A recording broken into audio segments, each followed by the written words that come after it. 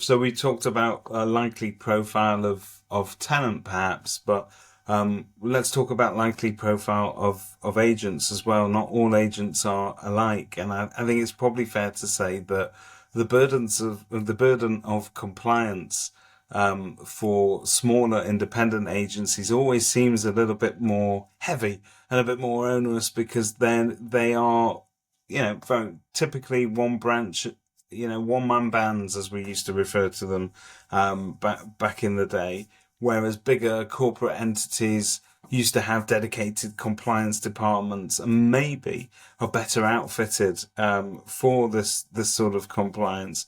We were having a chat off air before we started to record this, and in all likelihood, we were saying that the low hanging fruit, as far as the regulators are concerned, in terms of who might fall foul of these things, are actually, in fact, the independent agents that make up the majority of the lettings transactions that flow through the UK.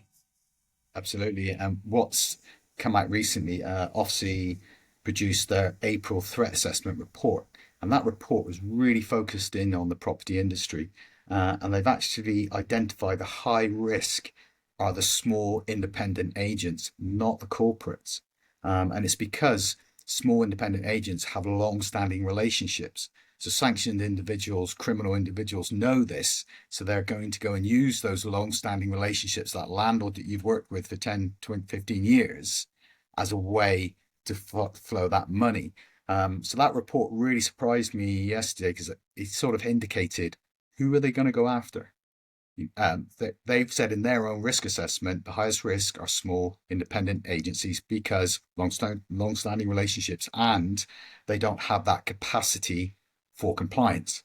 Whereas we think maybe they go after the corporates because the corporates have got the money to pay some really big fines and it'll be a really great headline. Well, the reality is, I don't think they're going to. They're going to go after small independents.